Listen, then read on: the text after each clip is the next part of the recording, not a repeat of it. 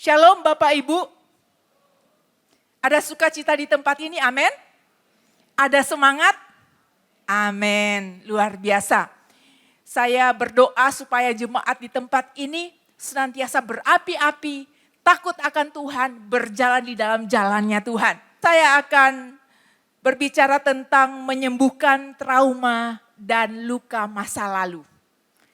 Karena di dalam kehidupan kita pasti ada trauma-trauma dan luka masa lalu yang harus kita bereskan.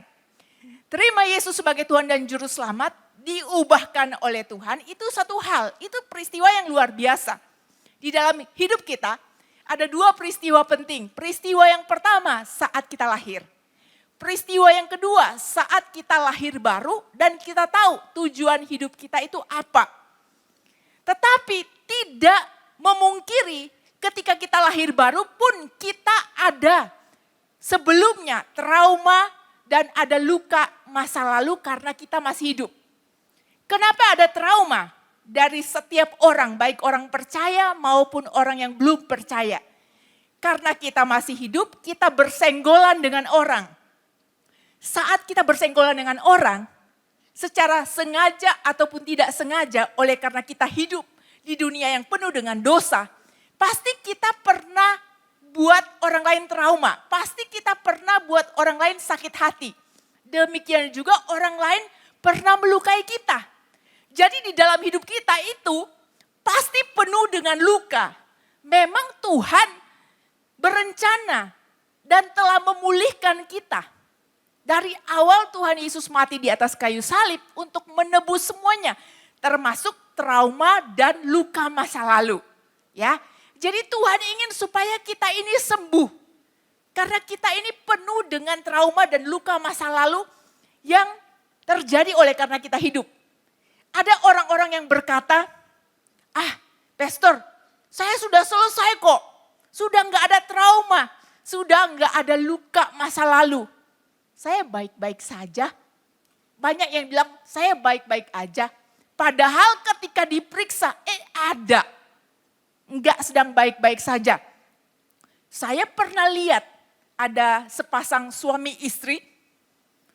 Suaminya lagi, tensinya lagi naik. Dia lagi sangat marah dengan istrinya. Kalau dalam pemandangan saya itu marah ya. Dia langsung teriak, "Ma, kamu gimana sih? Yang kamu lakukan itu salah." Dia akhirnya suaranya keras menggelegar. Istrinya ada di sana ketakutan. Saya kebetulan ada di sana, datang, bapaknya enggak lihat kalau saya itu ada di belakang. Akhirnya saya sapa mereka, saya bilang, "Pak, yang sabar, jangan marah dulu." Coba istrinya itu dijelaskan. Bapaknya teriak kepada istrinya, "Saya enggak lagi marah." Teriak menggelegar, "Saya enggak lagi marah, saya hanya beritahu dia." Keras sekali. Menurut Bapak Ibu, itu marah atau enggak? Itu marah. Kalau orang ngomong yang tidak marah itu biasa-biasa. Tapi karena suaranya tinggi dan menuding-nuding dengan keras, itu marah. Tapi dia enggak sadar. Sama seperti orang lagi mabuk, tapi bilang, "Saya enggak lagi mabuk, aku enggak lagi mabuk." Bapak itu lagi marah besar, saya enggak lagi marah. Jadi terkadang orang mengalami trauma dan luka batin, dia bilang, "Saya enggak apa-apa, saya sehat, saya enggak mengalami trauma, saya enggak mengalami luka batin." Padahal sama seperti Bapak itu, kalau dia lagi marah-marah, berarti dia mengalami luka batin, ada depresi, ada stres yang dia rasakan, sehingga keluarnya di marah-marah yang dia enggak sadar. Nah ini kita mau lihat. Tanda-tanda orang trauma dan luka batin ya. Yang pertama, ada sedih terus-menerus tanpa alasan. Jadi dia merasa sedih. Sedih dia nggak tahu apa sebabnya. Tanpa alasan. Yang kedua, dia tiba-tiba merasa kesepian. Sering sekali dia merasa kesepian. Yang ketiga, dia rasa hancur. Yang keempat, dia merasa bersalah. Dikit-dikit dia merasa dia yang salah. Terus mudah marah, cemas berlebihan, kehilangan motivasi hidup, tidak merasa berharga, merasa tidak berharga. Dia menarik diri, suka sendirian. Tentu saja kita harus lihat konteksnya ya. Dia merasa tertolak, kalau yang lain lagi gaul, dia sendiri nggak diajak, dia merasa tertolak. Dia mengasihani diri sendiri. Orang yang tidak bersyukur, ada banyak sekali tanda di mana orang mengalami trauma dan luka batin. Ini hanya sedikit ciri-ciri orang yang mengalami trauma dan luka batin yang Tuhan ingin untuk menerangi kehidupan kita supaya kita lihat, oh saya penuh dengan luka atau enggak ya. Ada yang berkata, kalau misalnya orang-orang yang naik kuda, di tengah-tengah dia sudah melewati banyak sekali rintangan kehidupan, dia naik kuda dengan sangat keren. Dan sudah ada luka di mana-mana, sudah ada trauma dan banyak hal yang terjadi. Banyak makan asam garam. Dan kemudian dia naik kuda terlihat keren. Oh, orang ini sudah melewati banyak. Dan dia sudah berhasil. Padahal kalau tidak diterangi dengan terang Kristus, tidak diselesaikan, maka kuda yang dia tunggangi itu adalah kuda yang boncel-boncel yang penuh dengan luka.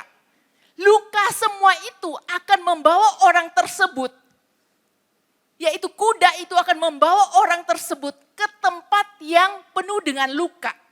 Memang kelihatan dari luar berhasil, tapi luka itu akan membawa orang tersebut ke tempat yang penuh dengan luka. Karena dia belum selesaikan. Memang selama hidup kita harus berproses untuk menyelesaikan satu demi satu. Apa yang menjadi karakter dan hal-hal atau luka-luka di dalam kehidupan kita yang harus diselesaikan. Ada juga pembentukan karakter. Tapi kita harus tahu dari awal bagian mana nih yang saya perlu disembuhkan. Kalau kita sakit fisik, ada luka di luar. Gampang kita ke dokter, minta resep, dikasih resep, diperiksa, sembuh. Kalaupun ada nanah, dibersihkan, dikasih obat, sembuh. Bisa terlihat progresnya sampai mana. Tapi kalau luka batin, lihatnya gimana? Kalau orangnya bilang, aku sehat kok, aku baik-baik saja. Kan kadang-kadang penyakit dalam begitu, nggak mau periksa karena takut ketahuan ada sakit apa. Karena nggak mau periksa, sudah rasa sakit, diem-diem. Tiba-tiba masuk rumah sakit ternyata sudah gawat. Nah ini lebih gawat lagi karena ini di dalam. Dia bilang, saya baik-baik saja kok, nggak ada apa-apa. Nggak marah, padahal kepahitan setengah mati. Nggak terlihat, sudah bernanah komplikasi yang di dalam lebih gawat daripada luka yang di luar. Sakit yang di luar fisik bisa kelihatan. Tapi luka batin yang di dalam yang nggak kelihatan itu jauh lebih bahaya dan menggerogoti. Terkadang yang di dalam stres, depresi semuanya itu membuat orang tersebut sakit kanker. Larinya ke sakit fisik tapi dimulai dari luka batin yang di dalam. Saya punya seorang tetangga di satu kota, dia kalau ngomong wanita ini teriak-teriak dan marah-marah sepanjang hari kecuali tidur. Jadi saya bisa dengar suaranya yang sangat kencang. Wah ada seperti itu ya. Saya membayangkan kalau tinggal dengan orang seperti itu baik kakak, adik maupun pasangan sangat tidak betah. Kok bisa ya teriak-teriak sepanjang hari, marah-marah sepanjang hari dan lempar-lempar barang. Pasti ada trauma dan luka masa lalu yang dia alami. Dan kita ingin supaya Tuhan menerangi kehidupan kita. Kita mau lihat sama-sama dulu. Di Yohanes pasal 5. Ayat 1 sampai dengan ayatnya yang ke-16. Mujizat yang ketiga, kesembuhan di kolam Bethesda. Nah kita lihat ayat 1 dulu. Setelah itu ada suatu perayaan orang Yahudi dan Yesus pergi ke Yerusalem. Di Yerusalem dekat gerbang domba ada sebuah kolam dalam bahasa Ibrani disebut Bethesda yang memiliki 5 serambi. Nah di kolam Bethesda itu diceritakan bahwa ada banyak orang sakit. orang lumpuh, orang timpang, orang buta. Sudah kumpul semuanya. Dan Tuhan Yesus ada di Yerusalem untuk mengikuti perayaan orang Yahudi dan saat itu berkenaan dengan hari Sabat. Dan Tuhan Yesus tahu nih, ketika dilihat semua orang sakit, ada satu orang yang menarik perhatian Tuhan Yesus, yaitu seorang yang lumpuh. Sudah lumpuh 38 tahun. Tuhan Yesus datangi dia dan tanya, apakah kamu mau disembuhkan? Dia jawabnya apa? Mestinya ya dan tidak toh. Tuhan Yesus itu maha tahu. Dia tahu semua jawaban. Tapi di Alkitab selalu ditanyakan, kamu mau apa? Baik yang buta, yang tuli selalu ditanya. Sudah tahu kan? Ini buta, pasti mau melihat. Ini tuli, pasti mau supaya mendengar. Tapi Tuhan Yesus selalu tanya. Dan Tuhan Yesus tanya sama orang ini, apakah kamu mau disembuhkan? Jawaban cuma dua, ya atau tidak. Tapi dia jawabnya lain, bukan ya atau tidak. Dia jawab keluar dari luka hatinya. Dia bilang, karena di kolam Bethesda itu mereka mempercayai kalau air kolamnya bergerak, itu tandanya malaikat lagi turun. Barang siapa yang duluan menyentuh air yang berombak itu, pasti dia sembuh apapun penyakitnya. Itu cerita yang mereka percayai, karena malaikatnya lagi masuk di kolam. Dan mereka juga mempercayai apa yang sudah turun-temurun mereka dengarkan tentang kolam Bethesda ini. Nah, orang lumpuh ini percaya. Dan ketika Tuhan Yesus tanya, maukah kamu sembuh? Dia jawabnya bukan mau, ya atau tidak. Dia bilang, ya gak ada yang angkat saya untuk masuk ke kolam ketika air mulai bergoncang. Dia pakai alasan orang lain. Dia cari kambing hitam karena dia penuh dengan luka. Lebih bagus, lebih baik dia pilih untuk menyalahkan orang lain. Udah gitu, dia tambah lagi.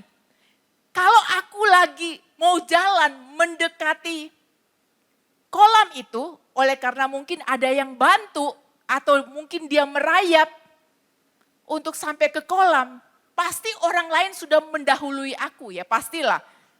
Yang buta pasti bisa sampai duluan kalau dia dengar ada berita-berita atau suara airnya bergoncang ketika orang lain bicara. Pasti lebih lambat nih orang lumpuh. Dia bilang kalau aku pun sudah jalan mau mendekati kolam, orang lain mendahului aku. Dia menyalahkan keadaan, dia menyalahkan orang lain kok egois, nggak mau mendahulukan dia. Padahal yang ditanya ya dan tidak. Itu keluar dari rasa putus asa, tertolak. Itu keluar dari rasa orang lain itu yang salah, bukan dirinya.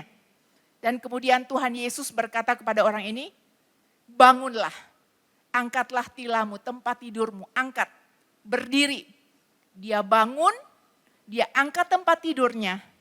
Tetapi waktu itu hari Sabat nggak boleh. Apa yang orang ini lakukan? Dia lupa berterima kasih kepada Tuhan. Seorang yang luka batin, itu kalau ada kebaikan-kebaikan dalam hidupnya, dia lupa bersyukur. Dia anggap semua orang sudah seharusnya baik sama dia. Sekalipun dia baik atau enggak baik, sudah seharusnya orang tuh baik. Jadi lupa bersyukur, lupa berterima kasih. Tiba-tiba Tuhan Yesus sudah hilang di antara kerumunan. Dia enggak bilang terima kasih. Dia sudah bisa berdiri, angkat tempat tidurnya, enggak bilang terima kasih. Dan orang-orang Yahudi yang lihat dia bilang, loh kok kamu angkat tempat tidurmu, tilammu, ini kan hari Sabat. Lihat, dia enggak terima tanggung jawab. Dia salahkan Tuhan Yesus yang sembuhkan dia. Dia bilang, yang sembuhkan saya itu yang suruh untuk angkat tempat tidur. Dia enggak ambil tanggung jawab atau berbagi dengan Tuhan Yesus. Dia malah menuding Tuhan Yesus supaya mereka menyalahkan dia. Menyalahkan Tuhan Yesus, bukan menyalahkan yang ditanyai ini. Karena dia penuh dengan luka batin. Itulah sebabnya bahaya. Kalau orang minta kesembuhan fisik, Tapi dalamnya juga enggak ikut bertobat, enggak ikut disembuhkan. Dia akan terus tinggal di dalam luka. Ketika Tuhan Yesus berjumpa dengan orang ini di bait suci, Tuhan Yesus langsung bilang sama orang ini, mulai dari saat ini kamu jangan berbuat dosa lagi. Supaya yang lebih buruk tidak terjadi kepada kamu. Tuhan lagi menyoroti luka batinnya. Jadi untuk supaya kita sembuh, apa yang harus kita lakukan? Ya, yang pertama, harus datang kepada Tuhan Yesus dan mengakui dengan jujur. Jangan, aku enggak apa-apa kok. Bukan juga kita mengingat-ingat masa lalu, bukan. Tapi kita harus tahu, akar pertamanya saya terluka, trauma dan luka ini dari mana ya? Datang pada Yesus dan akui dengan jujur, Tuhan, saya kok emosian ya? Tuhan, saya kok kelemahannya di gampang terluka. Tuhan, saya kok minder ya? Saya depresi Tuhan. Saya kok merasa tertolak ya Tuhan ya? Saya merasa orang-orang tidak menerima dan menyukai saya ya Tuhan. Jadi akui dengan jujur, datang pada Tuhan. Jangan bilang, saya enggak apa-apa. Di hadapan Tuhan, akui. Kalau ada pembimbing rohani, itu lebih bagus lagi. Bisa minta didoakan dan mengakui. Saya lemahnya di mana, kurangnya di mana. Supaya apa? Supaya sembuh. Bayangkan, kalau ada dokter ya. Dokter itu manusia. Pasien datang, ditanya. Kamu rasanya apa ya? Gejalamu apa ya? Sebenarnya gejalanya ada muntah darah, sakit di dada, tapi dia nggak bilang. Dia bilang nggak apa-apa kok dok, cuma rasa nggak enak badan dikit. Dokter nggak bisa diagnosa dengan baik. Tuhan kita tahu segalanya. Tapi kita butuh datang pada Tuhan dan bicara dengan jujur. Bagian ini loh Tuhan. Tuhan itu mau yang spesifik. Kita berdoa minta Tuhan tolong sembuhkan di bagian ini luka. Di bagian ini masih sakit hati Tuhan. Tuhan di bagian ini masih dendam. Masih keras. Makanya nggak rasa damai. Makanya nggak ada sukacita. Perlu datang pada Tuhan dan mengakui dengan jujur. Amin ya Bapak Ibu ya. Harus tahu ya. Supaya sembuh. Banyak orang tetap rasa kosong meskipun Kristen. Karena dia penuh dengan luka dan trauma. Ada hal-hal yang seharusnya dia kerjakan, udah luar biasa. Tapi trauma menahan dia. Trauma itu sama seperti ada rantai di pohon yang sudah diputuskan. Tapi yang kena rantai itu merasa masih ada rantai. Padahal sudah diputuskan sama Tuhan Yesus. Trauma itu menarik orang itu kembali kepada di rantai itu, di penjara itu. Bahaya. Makanya harus mengakui dengan jujur. Ketika Roh Kudus singkapkan, ketika kita mau jujur, bagian mana ya? Jangan, aku enggak apa-apa. Kita harus bilang kepada dokter, segala dokter. Aku lemahnya di mana, bagian mana Tuhan? Supaya aku semakin kuat. Yang kedua, cara untuk sembuh adalah harus bertobat dan mengampuni. Kita lihat di dalam 1 Yohanes pasal 3 ayat 15. 1 Yohanes pasal 3 ayat 15. Setiap orang yang membenci saudaranya adalah pembunuh dan kamu mengetahui bahwa tidak ada pembunuh yang memiliki hidup kekal di dalam dirinya. Jadi dosa membenci setara dengan dosa membunuh. Besar loh dosa membunuh itu, mengambil nyawa orang lain. Kenapa dosa membenci itu sama seperti dosa membunuh? Karena dia membunuh kasih, damai, sukacita yang ada pada dirinya. Dia bunuh sendiri dan dia juga membunuh kasih kepada orang lain. Padahal Tuhan kita itu kasih.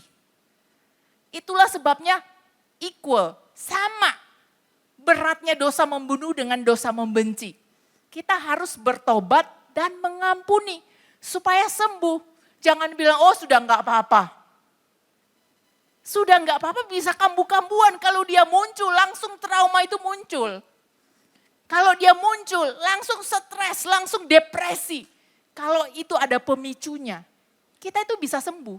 Salib itu menyembuhkan segalanya termasuk trauma, bukan hanya sakit penyakit secara fisik. Amin. Jadi kita harus akui, kita harus bertobat, kita harus minta ampun sama Tuhan dan kita harus mengampuni orang yang bersalah kepada kita. Supaya kita sembuh. Kalau kita nggak ampuni, maka kita terus benci, kita dapat dosa yang setara dengan dosa membunuh dan juga kita minum racun dan berharap orang lain yang mati. Itu konyol. Jadi lepaskan pengampunan. Saya tahu di dalam hidup kita banyak sekali orang-orang yang berbuat jahat pada kita. Dan kita pun sering berbuat salah pada orang sehingga orang lain terluka oleh karena kita. Tapi kita harus belajar untuk mengampuni, merelakan. Ada orang-orang terdekat setelah kita ampuni, kita bisa tetap menjalin hubungan dengan orang-orang tersebut. Tapi ada orang-orang yang melukai, tapi dia tidak terkait langsung dengan kehidupan kita. Kita bisa memiliki hubungan yang profesional dengan orang-orang tersebut. Tapi kata kuncinya mengampuni, merelakan, supaya kita sembuh. Yang ketiga, supaya kita sembuh kita harus menutup lembaran yang lama dan buka lembaran yang baru. Karena manusia itu suka ingat-ingat, dia ya utang gak bayar, dia putusin aku pas lagi sayang-sayangnya. Dia tinggalin aku ketika semua hal yang dia lakukan atau ketika dia sudah sukses. Ada banyak hal di dalam hidup yang sudah lewat. Jangan diingat-ingat, jangan diungkit, nanti tambah trauma, nanti tambah sakit, nanti tambah pahit. Sudah tutup lembaran lama. Nggak bisa lupa, ya nggak apa-apa, itu wajar. Tapi tutup, jangan diungkit, diingat-ingat. Dan buka lembaran yang baru bersama dengan Tuhan. Karena Tuhan punya rencana yang indah. Buat apa diungkit-ungkit? Ditaruh lagi, lukanya yang sudah sembuh dikorek-korek lagi. Supaya makin luka. Luka itu jangan direnungkan, biarkan dia sembuh. Orang yang luka, terus kemudian sembuh, ada bekas lukanya enggak? Kadang-kadang ada bekas lukanya. Tapi sudah sembuh, cuma ada tandanya. Sebagai pengingat ada anugerah di sana, ada kesembuhan di sana. Tapi kita harus tutup lembaran yang lama dan buka lembaran yang baru. Supaya kita bisa melihat perkara-perkara yang luar biasa terjadi dalam kehidupan kita. Yang keempat, kita harus hidup sesuai dengan firman Tuhan. Supaya kita jadi orang yang sembuh. Firman Tuhan ajarkan apa? Sukacita, damai, sejahtera. Ada tertindas ya udah gak apa-apa. Kita belajar, ambil hikmahnya, belajar. Kalau disepelekan orang jangan mentang-mentang. Dia nggak tahu siapa ya aku ini ya. Dia nggak tahu kehebatanku, kekayaanku, kepintaranku. Bukan. Kalau disepelekan, berpikirlah, oh Tuhan lagi mendidik aku supaya rendah hati. Oh berarti aku harus belajar lebih lagi. Berlatih lebih lagi. Bagian mana ya yang kurang ya? Bukan merasa terintimidasi, mundur. Ya memang aku begitu, ya biar aja aku minder. Bukan. Tapi kita introspeksi diri, perbaiki diri, jadi orang yang kuat based on firman Tuhan, berdasar firman Tuhan. Amin. Itulah sebabnya harus hidup sesuai dengan firman Tuhan, lengket sama firman Tuhan. Karena firman Tuhan tidak membuat kita minder, tapi membuat kita belajar.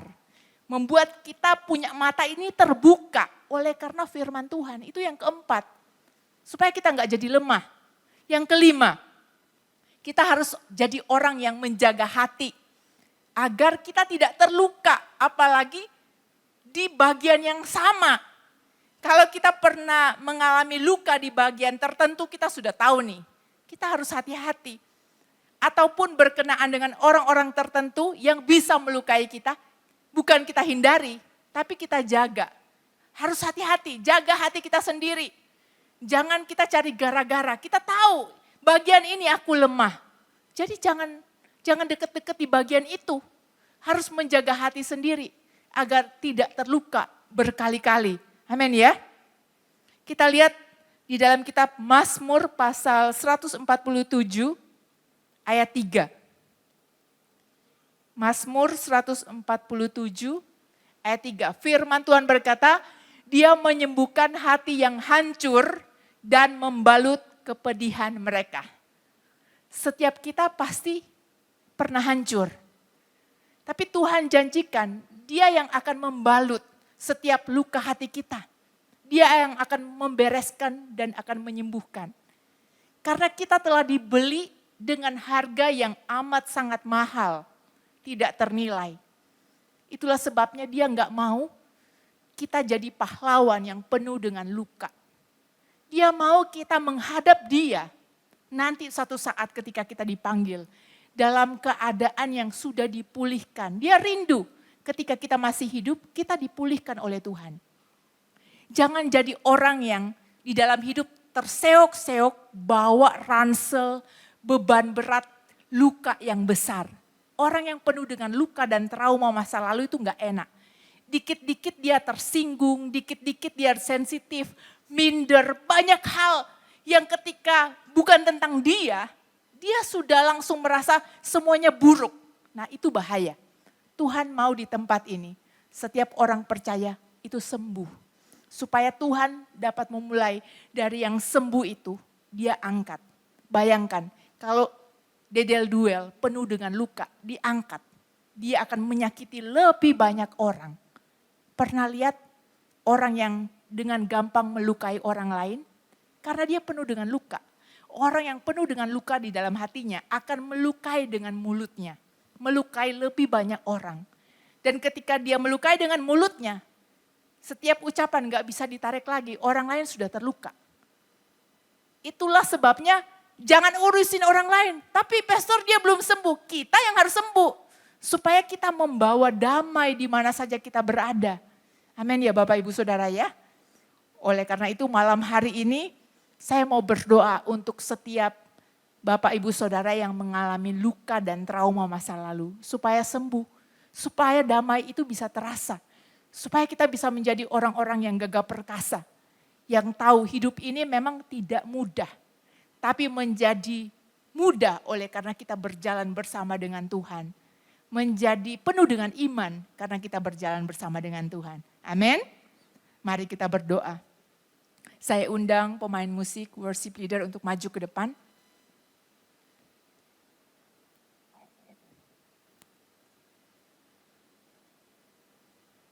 Jemaat juga bangkit berdiri.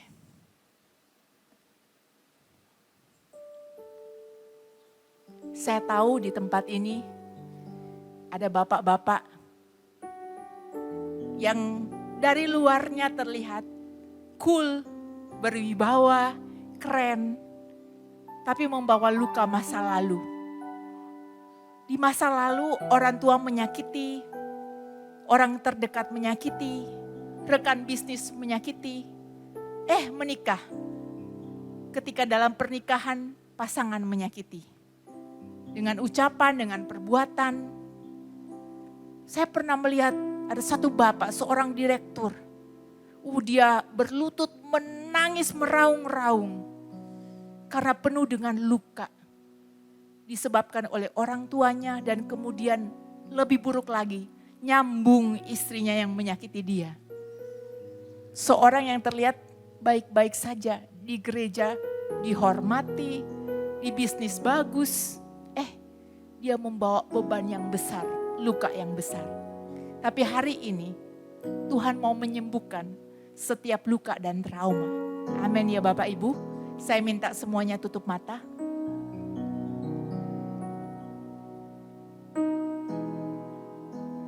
Untuk Bapak Ibu yang membawa trauma dan luka masa lalu. Suka mudah marah, mudah tersulut, minder, benci sama diri sendiri, putus asa, depresi, merasa sulit untuk mengampuni, merasa tersiksa. Bapak Ibu yang seperti itu, angkat kedua tanganmu di tempat.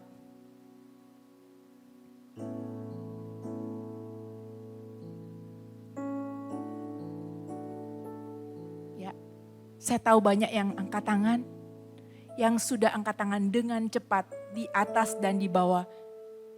Bisa maju ke depan. Saya mau mendoakan Bapak Ibu dengan cepat agar sembuh. Sementara maju ke depan yang sudah angkat tangan, WL nyanyikan satu lagu.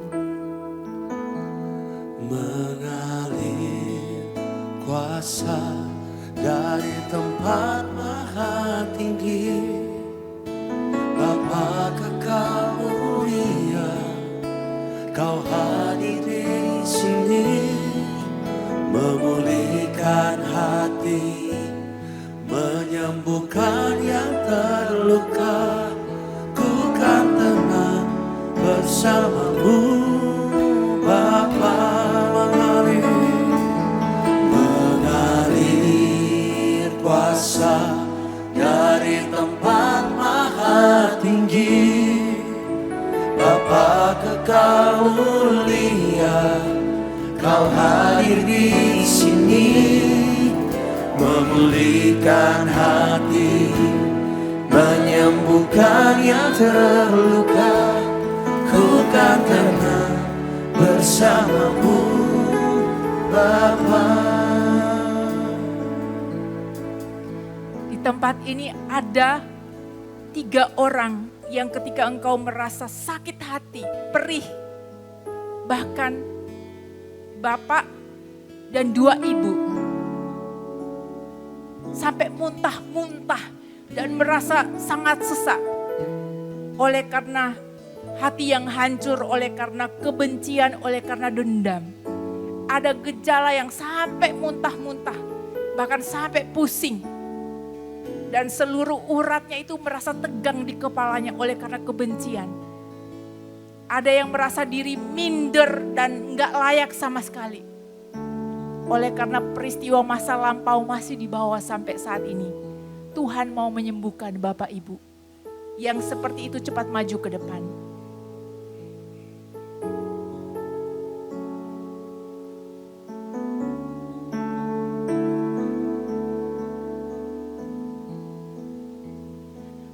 Mengalir kuasa dari tempat maha tinggi, Bapa kekal mulia, Kau hadir di sini, memulihkan hati, menyembuhkan yang terluka. Yang di depan angkat kedua tanganmu, buka hatimu. Tuhan mau memulihkanmu saat ini. Kau lihat luka-luka yang ada, luka yang sudah bertahun-tahun.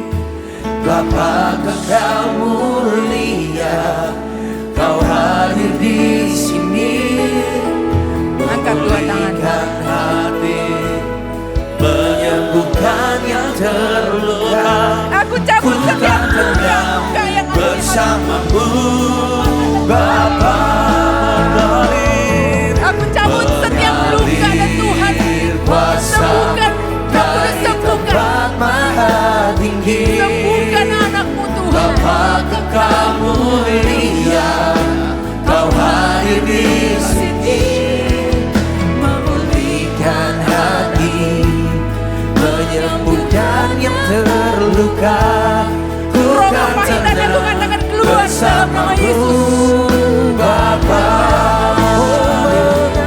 mengalir kuasa dari tempat maha tinggi, Bapa kekal mulia, Kau hadir di sini, memulihkan hati, menyembuhkan yang terluka. Ku kan tenang bersamamu, Roh depresi, keluar dalam nama Yesus.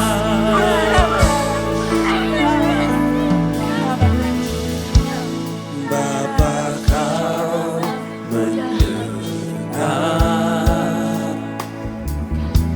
seruan hatiku, tak pernah Kau lepas. Sembuhkan anakmu, sembuhkan anakmu. Sembuhkan anakmu, sembuhkan trauma anakmu. Telah banyak yang anakmu lewati Tuhan. Hati yang penuh dengan luka, dikecewakan, ditinggal, dihancurkan. Kau temani aku. Kamu gak seorang diri.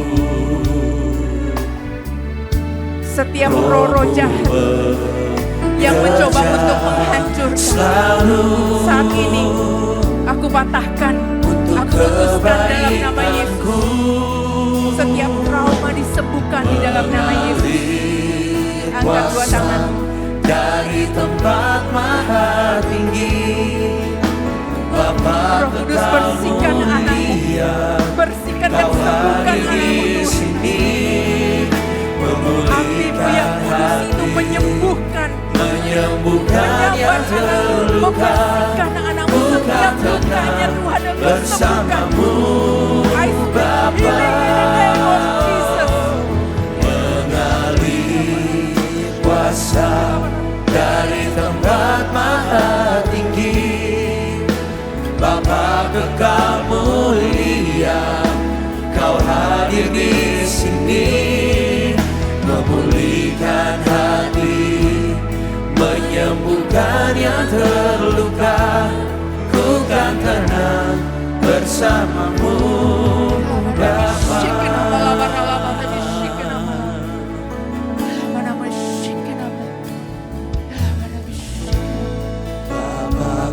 Angkat traumanya Tuhan, angkat trauma roh-roh jahat yang menyiksa anak ini di masa mudanya. Aku katakan keluar dalam nama Yesus. Terimalah kesembuhan, kesembuhan dari Roh Kudus. Terimalah kesembuhan dan pemulihan. Dari kasih-Mu, Angkat dua tangan. Jangan takut. lewat Mulai hari ini aku akan membela-Mu, kata Tuhan. Angkat setiap luka dari anakku ini Tuhan. Angkat setiap luka dan traumanya. Setiap roh yang menyiksa dia di dalam hidupnya. Aku katakan keluar dalam nama Yesus. Pulihkan anakku Tuhan. Pulihkan anakku. Setiap kepahitan, setiap dendam, setiap siksaan secara jiwa. Kami katakan sembuh dalam nama Yesus. Bapa kekal mulia, Kau hadir di sini, memulihkan hati, menyembuhkan yang terluka. Ku kan tenang bersamamu, Bapa. Kuasa dari tempat maha tinggi, Bapa kekal mulia, Kau hadir di sini, memulihkan hati, menyembuhkan yang terluka. Ku kan tenang bersamamu, Bapa. Bersihkan anakmu. Setiap roh jahat yang menyiksa tubuh, aku katakan keluar saat ini. Setiap penyiksaan kau sampai di sini. Roh jahat, di sini, roh percabulan, roh merusakan, roh depresi, keluar dalam nama Yesus. ku kan tenang bersamamu, Bapa. Mengalir kuasa dari tempat maha tinggi, Bapa kekal mulia, Kau hadir di sini, memulihkan hati, menyembuhkan Setiap yang pengalaman-pengalaman terluka. buruk, Ku kan tenang bersamamu, sembuhkan Tuhan. Bapa. Setiap trauma, sembuhkan Tuhan. Mengalir Bersihkan kuasa anakmu. dari tempat maha tinggi, Bapa kekal mulia, Kau hadir di sini, memulihkan hati, menyembuhkan yang terluka. Angkat dua tanganmu. Ku kan tenang bersamamu. Tuhan melihat ketika kamu lagi hancur. Tuhan melihat ketika kamu lagi dikhianati. Kuasa Tuhan melihat ketika kamu duduk di ranjang dan merasa tidak berdaya. Hari ini pulihkan anakmu. Pulihkan anakmu. Roh Kudus bersihkan tubuh ini. Bersihkan setiap kekecewaannya Tuhan dalam nama Yesus. menyembuhkan yang terluka. Sembuhkan batinnya Tuhan di dalam nama Yesus. Bersamamu. Sembuhkan hatinya dalam Mari angkat nama tangan Yesus. saudara di hadapan Tuhan bersama. Mengalir kuasa dari tempat tinggi. Bapa kekal Sembuhkan anakmu ini, mulia. sembuhkan. Kau Lepaskan hadir di sini. roh-roh jahat. Kamu yang Memulihkan mengikat hati, anak ini.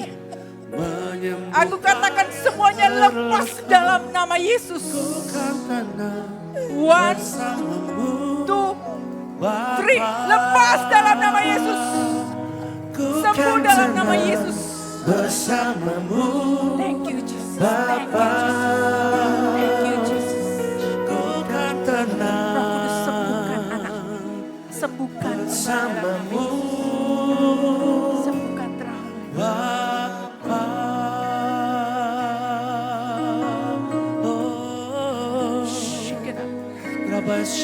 Roh depresi, stres, roh hancur hati.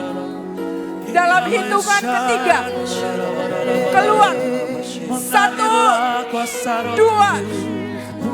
3, keluar dalam nama Yesus. Thank you Jesus, thank you Jesus, thank you Jesus. Api turun atas anak ini. Api Roh Kudus turun atas anak ini. Menyembuhkan anak ini dalam nama Yesus. Menyembuhkan anak ini dalam nama Yesus.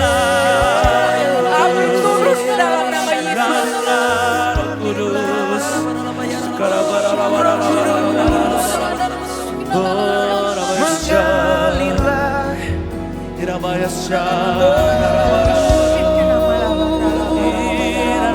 Sembuhkan anakmu ini. Sembuhkan dari hati yang hancur Tuhan dalam nama Yesus.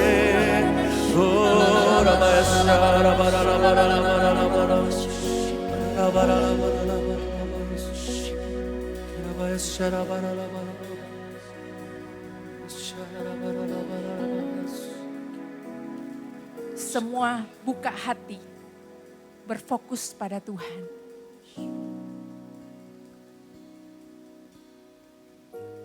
Saya akan membereskan setiap roh-roh jahat yang kelihatannya lembut, tapi mengikat orang-orang di tempat ini.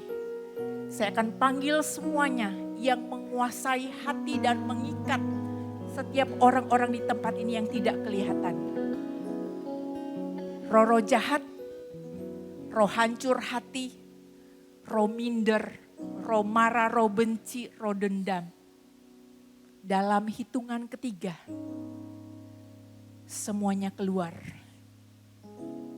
Semua roh yang mengikat orang-orang di tempat ini, dalam hitungan ketiga, semuanya keluar. 1.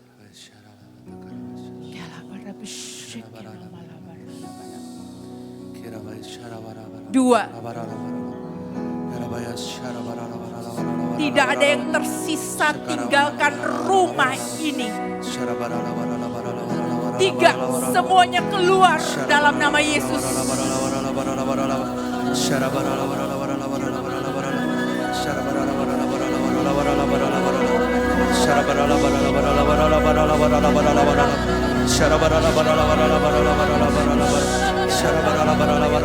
Roh bunuh diri keluar dalam nama Yesus. Roh okultisme saat ini diputuskan dalam nama Yesus. Semuanya kumpul dan keluar dalam nama Yesus. Aku putuskan sebuah hubungan dengan roh-roh jahat yang diam di dalam rumah-rumah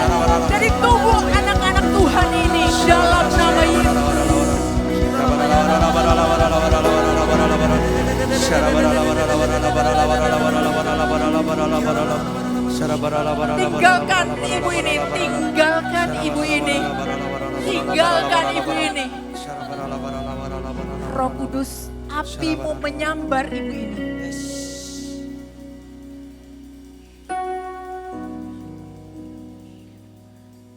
Roh yang mengikat ibu ini keluar dalam nama Yesus. Dalam hitungan ketiga, keluar. 1, 2, 3. Thank you Jesus. Thank you Jesus. Thank you Jesus. You are wonderful. I give you praise, oh Lord Jesus. Terima kasih. Roh Kudus meteraikan kesembuhan dari luka batin dan trauma atas anak-anakmu. Semua di tempat ini sembuh dalam nama Yesus. Roh Kudus, Engkau yang menyambar dengan apimu, menyembuhkan setiap luka. Semua yang luka batin, marah sama orang, kita sama-sama sepakat mau mengampuni, amin. Dengan mulut kita, ikuti doa saya. Tuhan Yesus, saya bertobat atas dosa-dosa saya. Hari ini saya melepaskan pengampunan atas semua yang saya benci. Saya lepaskan kasih. Ampuni saya Tuhan. Mulai hari ini saya milik Kristus. Saya memutuskan hubungan dengan roh jahat, depresi. Saya memutuskan hubungan dengan roh okultisme. Saya memutuskan hubungan dengan roh depresi. Saya memutuskan hubungan dengan roh bunuh diri. Saya milik Kristus. Roh Kudus, meteraikan hidup saya. Mulai malam hari ini, saya milik Kristus. Di dalam nama Tuhan Yesus. Amin. Kasih kemuliaan bagi Tuhan. Yang di depan maupun yang lagi duduk, jangan terintimidasi. Semuanya sudah sembuh. Amin. Mulai hari ini rajin baca firman Tuhan. Rajin menyembah Tuhan. Ya. Rajin juga ke gereja dan ikuti pertemuan-pertemuan ibadah. Kalau ada kelompok sel, ikuti. Supaya kita semua dapat saling bertumbuh, saling mendukung dan saling mendoakan. Bapak Ibu merasa diberkati hari ini belajar sesuatu? Kasih kemuliaan bagi Tuhan.